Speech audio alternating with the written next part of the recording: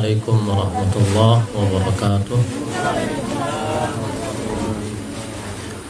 Alhamdulillahi rabbil alamin wa bihi nasta'in ala umuri dunya waddin wal 'aqibatu lil muttaqin wa la 'udwana illa 'alal zalimin. Wassalatu wassalamu ala Rasulillah sayyidina wa nabiyyina Muhammadillah wa ala alihi wa mawalah, amma ba'd. Pertama-tama marilah kita bersama-sama memanjatkan puji syukur kita kehadirat Allah Subhanahu wa taala, yang mana kita selalu diberikannya berbagai macam karunia tanpa kita kehendaki, tetap diberikan oleh Allah Subhanahu wa taala. Dan pada sore kali ini dengan cuaca yang cerah, kita kembali dipertemukan Allah dalam acara kuliah sore. Kemudian salawat dan salam teruntuk kepada baginda Rasulullah Nabi Muhammad sallallahu alaihi wasallam.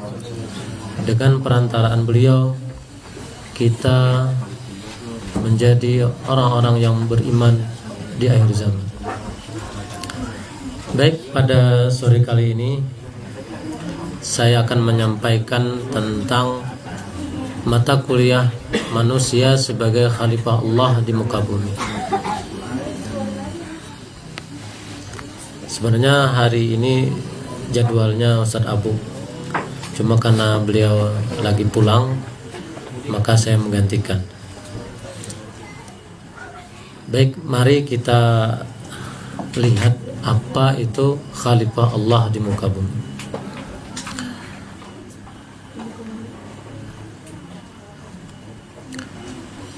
Rasulullah sallallahu alaihi wasallam bersabda, kullukum ra'in wa kullukum mas'ulun an ra'iyatih.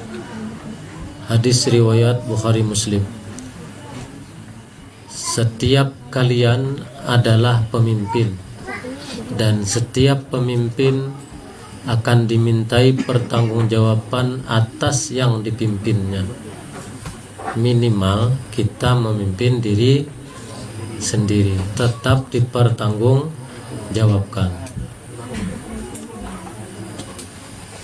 Mempertanggungjawabkan nikmat waktu, mempertanggungjawabkan nikmat sehat, mempertanggungjawabkan nikmat masa muda, mempertanggungjawabkan nikmat lapang, dan seterusnya. Jadi banyak yang kita pertanggungjawabkan di dunia ini.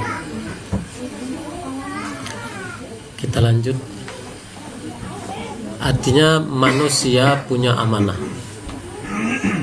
bukan hanya sebagai pemimpin skala negara, skala provinsi, skala kabupaten, kecamatan, kepala desa atau kelurahan, atau bahkan RT, tapi kita semua pemimpin, minimal pemimpin diri sendiri. Kita lihat dalil Al-Qur'annya, surah Al-Baqarah ayat 30, potongan ayat, inni ja'ilun fil ardi khalifah. Ayat sebelumnya apa? Wa id qala rabbuka lil malaikati inni ja'ilun fil ardi khalifah. Allah berfirman kepada para malaikatnya, waktu itu belum ada manusia, belum ada Nabi Adam, inni ja'ilun fil ardi khalifah. Kata Allah, aku ingin menciptakan makhluk baru sebagai khalifah di muka bumi. Khalifah, nanti kita lihat maknanya apa. Kemudian surah Sad ayat 26, ini cerita tentang Nabi Daud, yang Allah menegaskan kepada Nabi Daud agar memutuskan perkara dengan adil. Saya tidak hafal ayatnya ini. Kita maknanya saja seperti itu ya.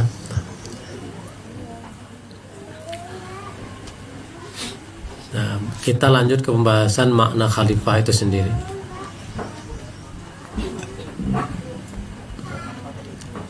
Yang pertama, asal kata khalifah berasal dari akar kata khalfun yang bermakna yang akan datang, setelah, atau pengganti.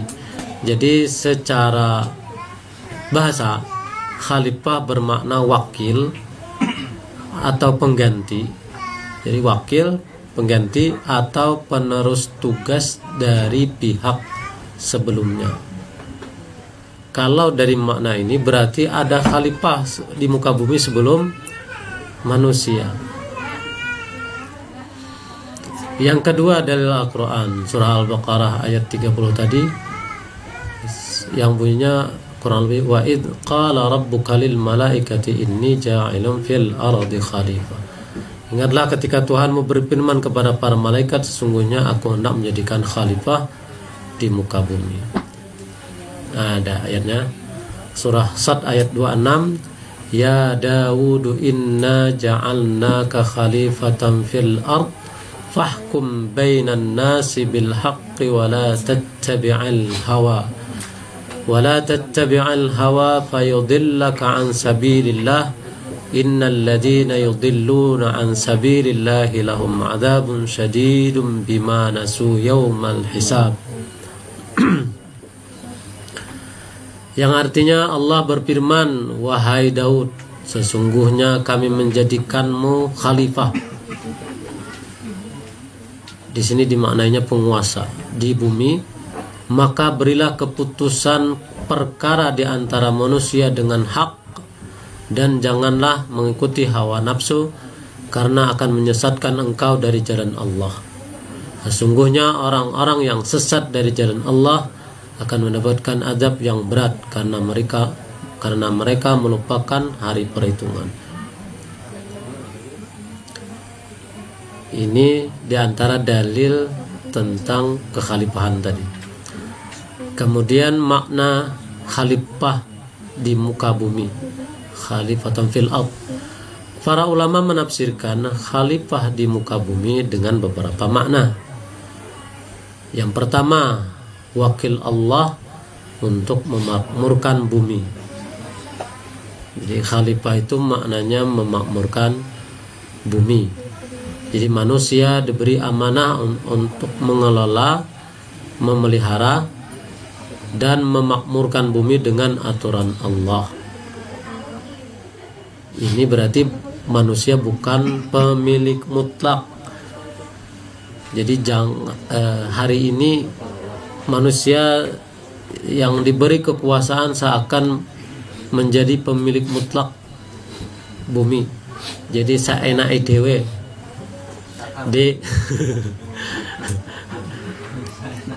dieksploitasi bumi sejadi-jadinya, dikeruk hasil tambangnya, tidak meninggalkan sisanya. Jadi hanya tinggal sisa-sisa lumpur saja. Dan itu berbahaya, kata orang ahli geologi. Kalau contoh seperti batu bara itu kalau diambil habis maka akan menyebabkan gempa bumi. Jadi wajar saja ke ayat Allah, zaharal fasadu fil barri wal bahri bima kasabat aydin nas. Kerusakan di muka bumi itu akibat ulah tangan manusia. Kemudian yang kedua, makna khalifah fil ard atau khalifah di muka bumi adalah pemimpin atau pengatur kehidupan. Jadi pemimpin yang menjalankan fungsi sosial, membangun peradaban, menegakkan keadilan, dan menjaga keseimbangan alam. Kembali lagi ke alam. Jadi kalau dalam hukum ini kan mengenakan keadilan. Dalam hukum gak ada istilah dalam Islam itu tajam ke bawah, tumpul ke atas. Itu kayak kapak ya. Bawahnya tumpul, bawahnya tajam, atasnya tumpul. Harusnya kayak wedus sableng loh. Atas bawah tajam.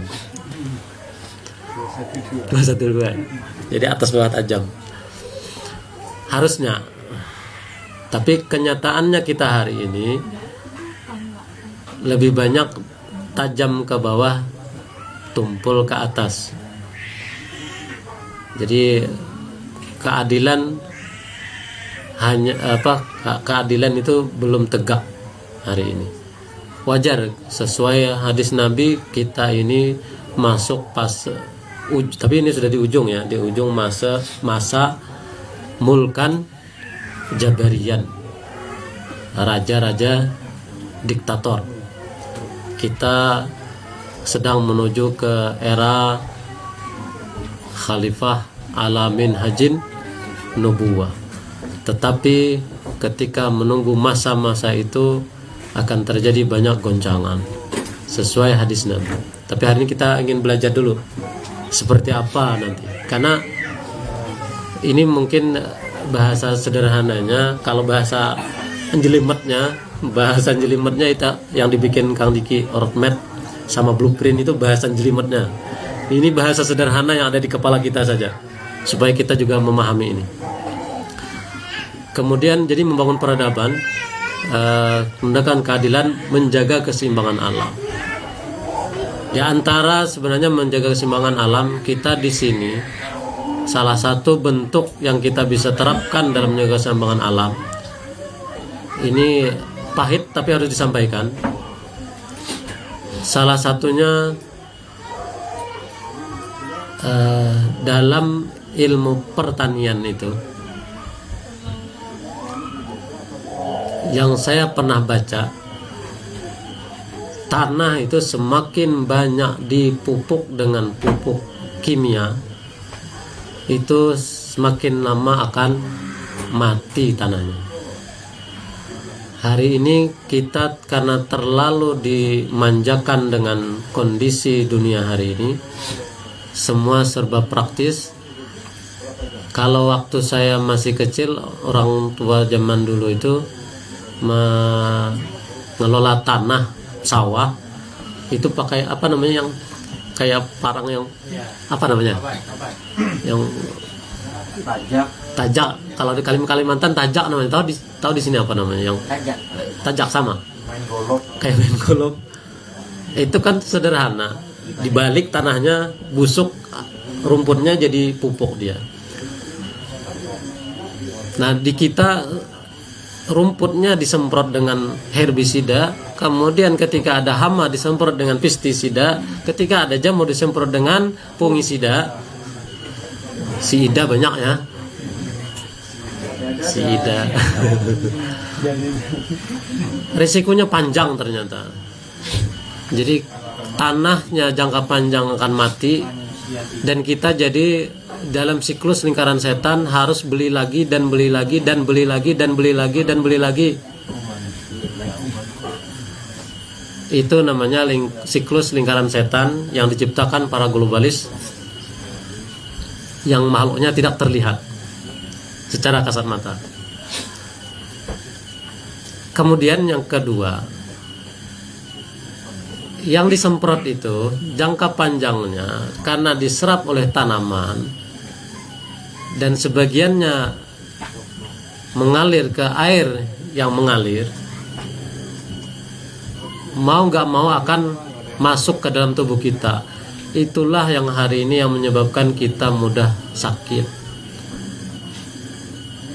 Baru umur 20 udah asam uratan. Ada yang masih remaja udah stroke. Saya pernah ketemu yang seumuran Abid ini udah stroke, dia jelatnya udah setengah. Saya pernah ketemu yang seumuran si Repa ini, bukan apa namanya, kena gula darah. Jadi umurnya masih, orangnya masih seumuran itu, tapi mukanya terlihat seperti Pak Sugi. Ya pernah Pak Sugi. Jadi saya pernah ketemu anak kecil mukanya seperti orang tua banget. Itu karena dia sehari 2 kali disuntik insulin. Celakanya insulin itu kalau ketika disuntik maka pankreas nggak mau lagi berfungsi, dia meraju. Itu bagian dari amanah untuk diri kita dan alam. yang kita hari ini dipaksa untuk mengikuti sistem global itu hanya sedikit yang terungkap. Dan saya pernah menginginkan sistem global itu runtuh, dan ternyata di dalam mimpinya Umar Qasim, ketika satu runtuh semuanya. Dan itulah yang menyebabkan kekalahan mereka di Ghazwatul Hind nanti. Jadi kalahnya karena mereka kalah, runtuh secara sistem. Kita lanjut saja. Itu bagian dari sedikit yang tersingkap. Dan semua sistem semuanya dikendalikan oleh mereka yang di balik layar. Kemudian makna yang ketiga, makna khalifah tadi, pengganti generasi terdahulu. Sebagian mufassir seperti At-Tabari menafsirkan khalifah sebagai manusia yang silih berganti menjadi penerus di muka bumi setelah generasi sebelumnya. Jadi bukan hanya soal kepemimpinan, tapi juga siklus pewarisan kehidupan. Jadi luas maknanya yang namanya khalifah tadi. Ya, makanya sesuai hadis Nabi tadi, minimal pemimpin, kita semua pemimpin diri sendiri minimal. Kalau yang sudah berkeluarga, maka dia pimpinan dalam keluarga. Nah, tapi ada perbedaan makna ternyata di sebagian ulama. Ada yang tidak setuju dengan kalimat khalifatullah atau khalifah Allah, wakil Allah secara mutlak, karena Allah tidak butuh wakil, kata sebagian ulama. Yang benar adalah khalifatullah fil ab, khalifah fil ab. Jadi pengelola di bumi. Kemudian Imam Al-Alusi dalam Ruhul Ma'ani menegaskan makna khalifah bukan menggantikan Allah, tetapi mengelola bumi dengan aturan Allah. Artinya mengelola bumi berdasarkan aturan yang Allah tetapkan. Kita lanjut. Kecepatan? Sepertinya tidak.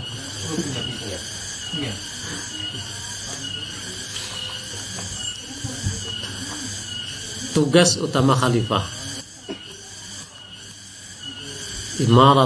imaratul ard, memakmurkan bumi.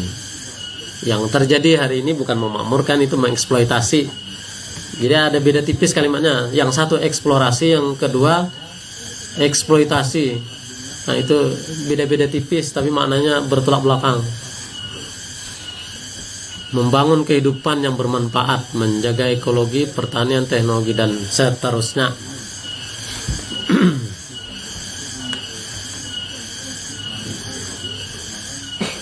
Kalau mengeksploitasi, maka menjaga ekologi ini nggak masuk, karena ketika dibabat habis, yang terjadi ketika hutan, pohon-pohon besarnya itu ditebang, harusnya pohon besar itu dia menyerap air ketika hujan, ditahan oleh pohon. Tetapi ketika pohon sudah nggak ada, hujan banyak turun ke bumi, nggak ada yang menahan air, maka terjadilah banjir bandang. Disapu habis tuh yang di bawah, kayak gelondongan, batu semuanya ikut turun ke bawah. Itu namanya ekologi sudah rusak. Saya dulu di Kalimantan itu dulu ada perusahaan Filipina, waktu saya mungkin seumuran Lepa, itu kayu sebesar apa ya? Jadi ini diameternya segini nih. Bukan sebesar ini, kalau drum kan ini sebesar ini. Sebesar ini layar ini. Kayunya sebesar itu ribuan tahun itu umurnya, karena satu garis itu 1 tahun umurnya. Sebesar itu diameternya, lewat di sungai kami setiap hari. Waktu itu saya ingat, saya perusahaan Filipina di zamannya Presiden Soeharto, dibawa ke Kapuas dari Kalimantan Tengah. Tiap hari lewat banyak itu kira-kira berapa kubik dia menahan air. Zaman itu belum pernah, nggak ada banjir. Sekarang tiap tahun kami itu 2 kali setahun kami langganan banjir. Jadi kalau banjir, karena daerah kami itu daerah rawa, otomatis orang udah selesai banjir, kami masih banjir. Nah, di bulan banjir itulah banyak wali di tempat kami. Ada yang pakai sepeda motor di atas air, ada yang pakai mobil di atas air, ada yang jalan di atas air. Nah, banyak wali di situ.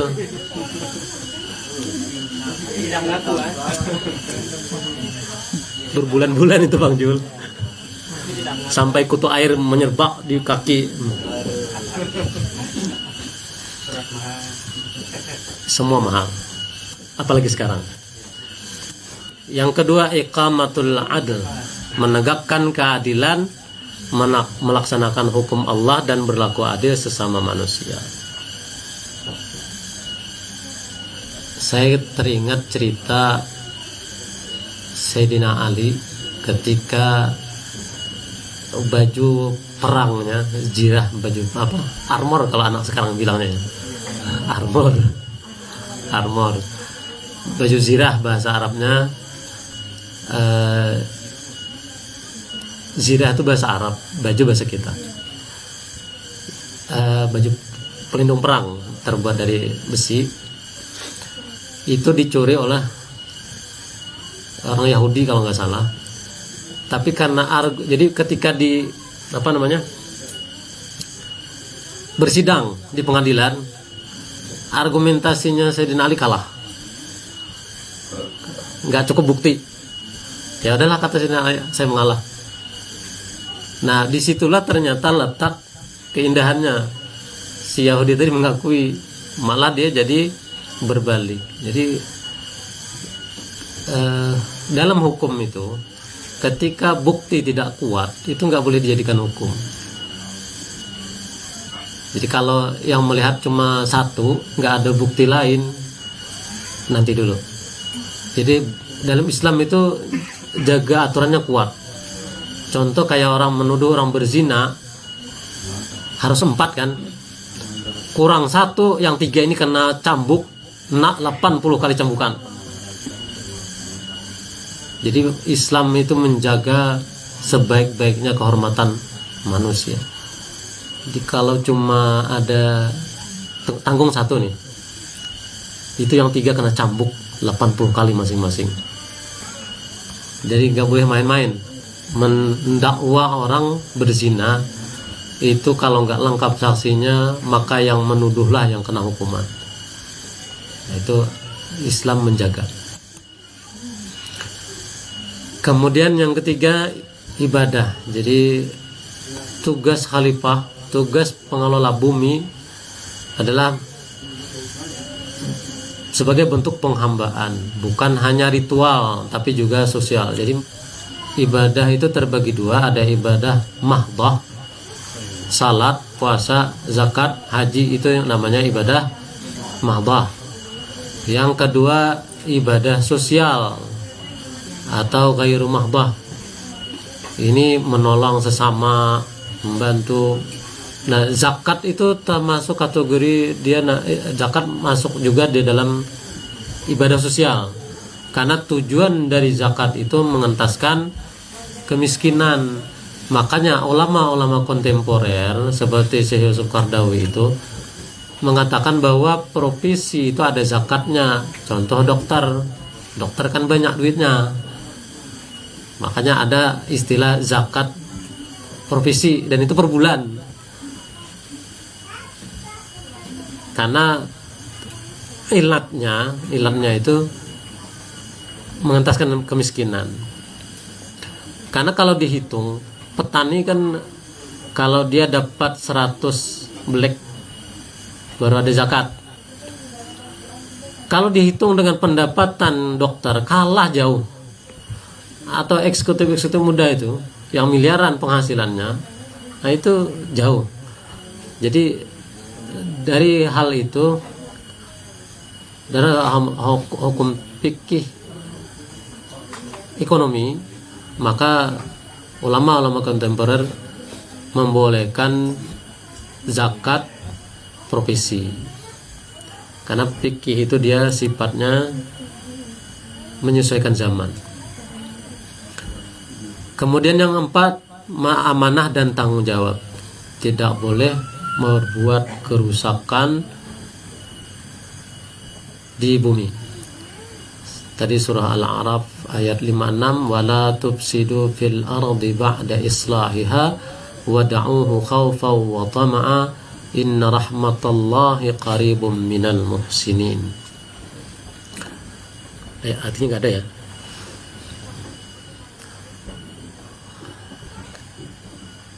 Ini tugas.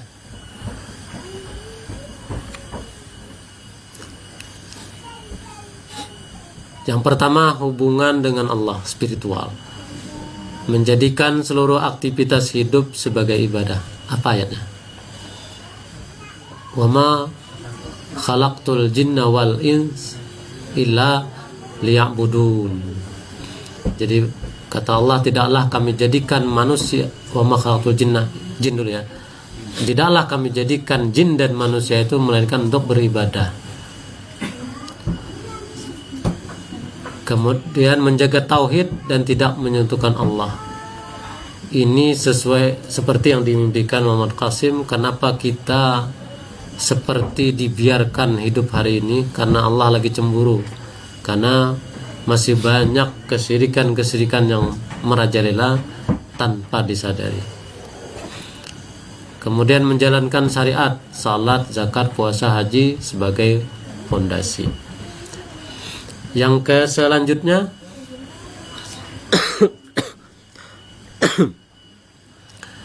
ini tanda-tanda kecepatan. Hubungan dengan sesama manusia, ini sosial dan politik. Nah, ternyata ada aturan mainnya. Menegakkan keadilan dan hukum, ekonomi, pemerintahan. Dalam hukum tadi saya sudah sampaikan, kalau dalam hal ekonomi itu pemerintah punya hak mengatur. Jadi pemerintah punya hak mengatur ketika terjadi kesenjangan ekonomi. Cuma hari ini aturannya terlalu ketat, malah kita jadi sulit. Saya pernah mengajukan bikin CP, ternyata peraturannya minta ampun. Seakan-akan kita harus kaya dulu baru bikin CP. Saya juga pernah menanyakan ke BP POM. Karena saya ada penemuan obat gatal itu nggak ada dijual dimanapun. Tapi waktu saya nanyakan ke BP POM, ini gimana cara mengajukan perizinannya supaya bisa dijual bebas? Ternyata syarat pertamanya harus punya 3 penanggung jawab yang lulus sebagai apoteker. Nggak jadi saya, karena aturannya terlalu lelet. Padahal targetnya kalau yang mau bagus itu dari yang awal nggak usah diberi aturan dulu, nanti ketika udah jalan baru sambil pendampingan dari pemerintah. Itu kita pengennya seperti itu. Mudah-mudahan nanti dalam roadmap itu masuk ya ini ya. Kemudian yang kedua, melindungi yang lemah. Nah ini masuk tadi, fakir miskin, anak yatim, orang sakit, itu BPJS ya. Tapi ternyata urusannya tidak semudah itu di lapangan. Ada terkesan pembiaran sebagian, yang kalau BPJS seakan-akan di fakta di lapangannya kepengurusannya di rumah sakit itu seperti apa adanya, seadanya. Saya pernah melihat, karena adik saya pernah masuk ke operasi, lumayan. Dan saya pernah merasakan cabut gigi, membanding antara yang bayar yang bayar mahal sama yang bayar murah. Jadi saya lupa yang mana, pokoknya di sebelah sini, karena gigi di umur 20 itu tumbuhnya, dia paling belakang ini tumbuhnya umur 20, kiri kanan atas bawah, ternyata tumbuhnya menghantam ya miring dan sakit, kegigit terus dan keluar darah. Karena seperti itu saya mikirnya cabutlah di bawah dua-duanya. Yang satu ke rumah sakit cabut, alhamdulillah sebulan baru sembuh.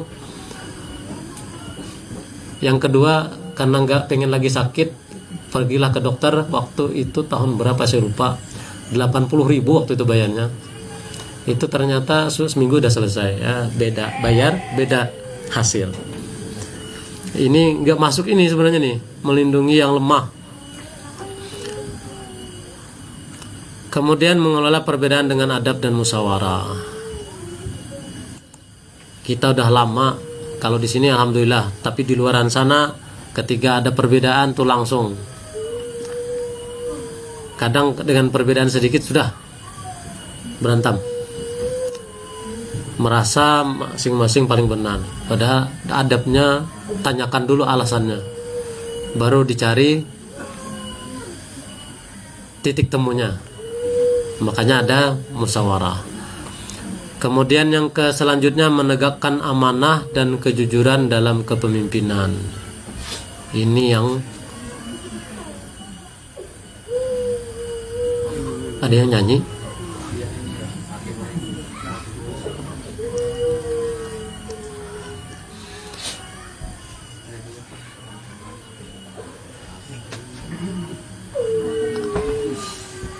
Amanah, ini amanah yang berat, kan nanti ada ayatnya.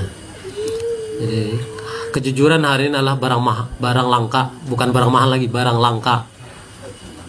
Kejujuran itu barang langka, dan dalam kejujuran itu karena dia kebenaran universal, setiap orang menginginkan itu. Ketika orang-orang yang eksekutif itu dia kuncinya di sini, di kejujuran ini. Kalau merekrut pasti intinya di amanah dan kejujuran.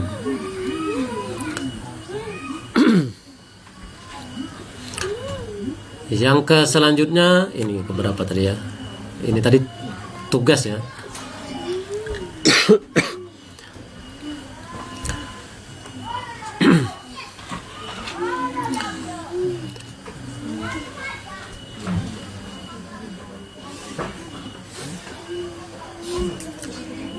Bagian ketiga ini hubungan dengan alam. Kita masuk ke bagian keempat saja, karena yang 1, 2, dan 3 itu sudah saya sampaikan. Yang keempatnya mengembangkan teknologi yang ramah lingkungan. Hari ini sebenarnya di dunia itu sudah orang mulai melakukan ini. Jadi orang udah bikin, kalau kantong plastik itu udah yang ramah lingkungan, jadi dari bahan apa namanya, kolagen. Jadi dia ketika bikin kantong plastik itu ketika jatuh ke tanah karena sinar matahari dia hancur dan kembali ke tanah, jadi aman. Saya nggak tahu apakah kita di Indonesia sudah masuk, tapi kalau di luar negeri saya lihat sudah.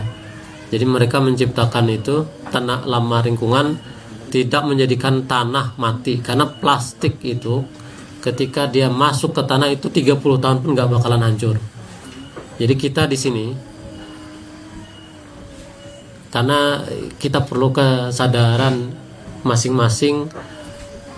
Saya perhatikan masih banyak sampah di lingkungan kita, masih banyak sampah-sampah yang ada gambarnya. Itu berhubungan dengan kesyirikan lagi. Nah, ini tadi ayatnya, zaharal fasadu fil barri wal bahri bima kasabat aydin nas liyudhiqahum ba'dalladzi 'amilu la'allahum yarji'un. Telah tampak kerusakan di darat dan di laut disebabkan karena perbuatan tangan manusia, supaya Allah merasakan kepada mereka sebagian dari akibat perbuatan mereka, agar mereka kembali ke jalan yang benar. Jadi kata Ibnu Katsir, kerusakan atau fasad yang dimaksud mencakup kekeringan, paceklik, berkurangnya hasil panen, merebaknya bencana, perang, dan segala bentuk kerusakan yang terjadi akibat dosa-dosa manusia. Oh ya, ada lagi saya teringat kalau kalimat dari Sayyidina Umar ketika terjadi gempa zaman ketika Sayyidina Umar jadi khalifah itu pernah gempa. Kata Sayyidina Umar, sekali lagi gempa saya akan keluar dari Madinah. Kenapa? Karena gempa itu kata Sayyidina Umar diakibatkan karena dosa manusia. Jadi ketika ada gempa, Sayyidina Umar bilangnya gitu, sekali lagi gempa saya akan keluar dari Madinah. Yang kedua, ketika Nabi Muhammad SAW, kemudian Umar sama Abu Bakar, saya lupa apakah ada satu lagi, cuma ada Abu Bakar, ada Umar di Bukit Uhud. Ketika itu terjadi gempa, tapi itu kalimatnya beda. Itu kalimatnya intinya gini, Sayyidina Umar ngomongnya ke bukit, minta berhenti gempanya.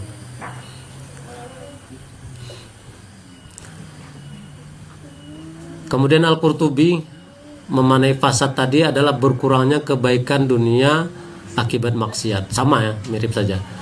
Kemudian bisa berupa bencana alam, penyakit, peperangan, hingga ketidakadilan sosial.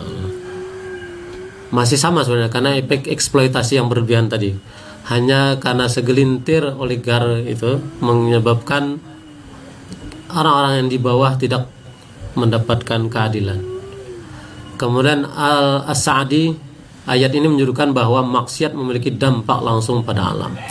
Dosa manusia menjadi sebab rusaknya ekosistem, hilangnya keberkahan, dan datangnya musibah.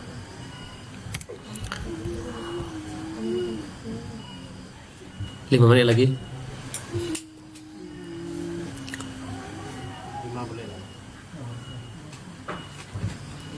Hubungan dengan diri sendiri atau ini pun jadi dengan diri sendiri, menjaga kesehatan jasmani dan rohani.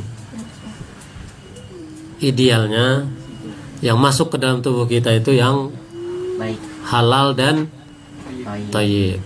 Mengembangkan ilmu pengetahuan sebagai amanah akal. Jadi amanah akal yang Allah berikan kepada kita itu untuk mengembangkan ilmu pengetahuan. Kita kalah dengan dunia barat, berarti ada yang belum sepenuhnya mengemban amanah ini. Yang ketiga, mengendalikan hawa nafsu agar tidak menzalimi diri sendiri. Karena nafsu kita tuh pengennya yang enak-enak, tetapi yang enak-enak itu lebih banyak merusak diri kita sendiri. Yang keempat, hidup sederhana, tidak berlebihan, mubazir, israf.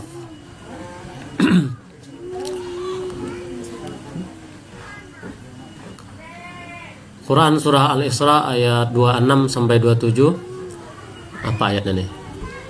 Hafal bib? Hafal bib?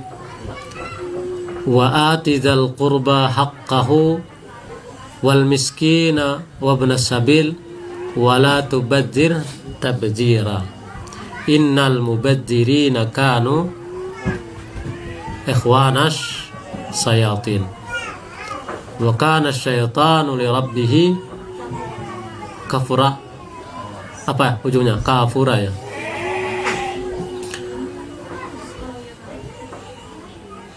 Ayat ini tegas. Jadi mubazir sama dengan saudaranya setan. Makanya kenapa salah satunya sunnah ketika makan dan minum itu, ketika makan Nabi meminta kita menjilat jari, membersihkan yang dinampan, jangan ada sisa satupun, karena kata Nabi kita tidak tahu di mana berkah itu berada. Bisa jadi di sebiji nasi terakhir itu. Sampai di situ untuk kesederhanaan dan larangan israf atau berlebihan dalam makan dan minum. Kemudian ayat yang selanjutnya Al-A'raf ayat 31, ya bani Adam khudhu zinatakum 'inda kulli masjidin wa kulu washrabu wa la tusrifu innallaha la yuhibbul musrifin. Kemudian larangan berlebihan dalam harta dan nafkah. walladzina idza anfaqu lam yusrifu wa lam yaqturu wa kana baina dzalika qawama. Al-Furqan ayat 67. Dan orang-orang yang apabila membelanjakan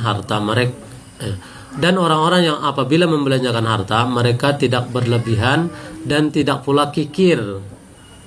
Jadi tidak ekstrem kanan, tidak ekstrem kiri. Dan adalah pembelanjaan itu di tengah-tengah antara yang keduanya.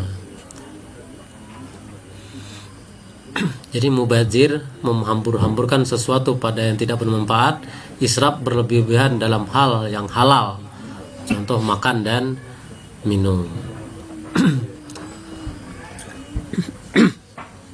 Kita langsung bagian terakhirnya saja karena waktunya udah tipis. Bagian terakhirnya saja kesimpulan.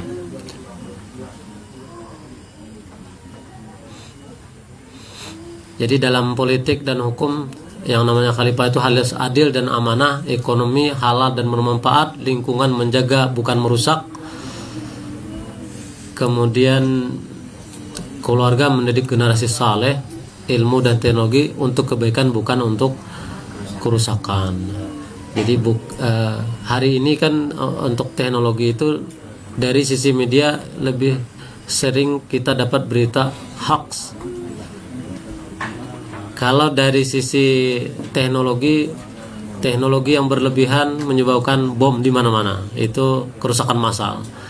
Jadi manusia diciptakan sebagai khalifah di muka bumi sebagai pemegang amanah untuk mengatur dan memakmurkan bumi sesuai syariat Allah, menegakkan keadilan, menjadi generasi penerus yang saleh sehingga mampu menjaga keseimbangan alam dengan sebaik-baiknya, bukan sebagai penguasa mutlak yang punya kecenderungan merusak.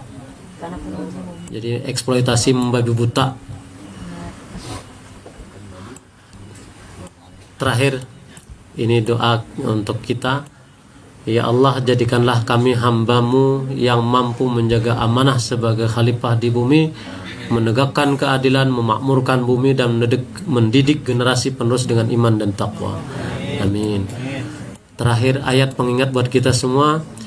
Inna aradnal amanata 'alas samawati wal ardi wal jibali fa abaina ay yahmilnaha wa ashfaqna minha wa hamalahal insan innahu kana zaluman jahula. Sesungguhnya kata Allah, kami telah mengemukakan amanat kepada langit, bumi dan gunung-gunung, maka semuanya enggan untuk memikul amanat itu dan mereka khawatir akan mengkhianatinya, dan dipikullah amanat itu oleh manusia. Sesungguhnya manusia itu amat zalim dan amat bodoh. Quran surah Al-Ahzab ayat 72. Ini ayat untuk pengingat kita semua.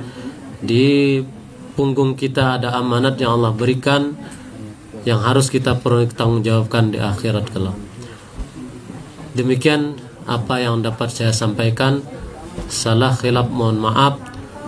Kita akhiri dengan doa keparatul majlis. Subhanakallahumma bihamdik asyhadu an la ilaha illa anta astaghfiruka wa atubu ilaik. Wassalamualaikum warahmatullahi wabarakatuh.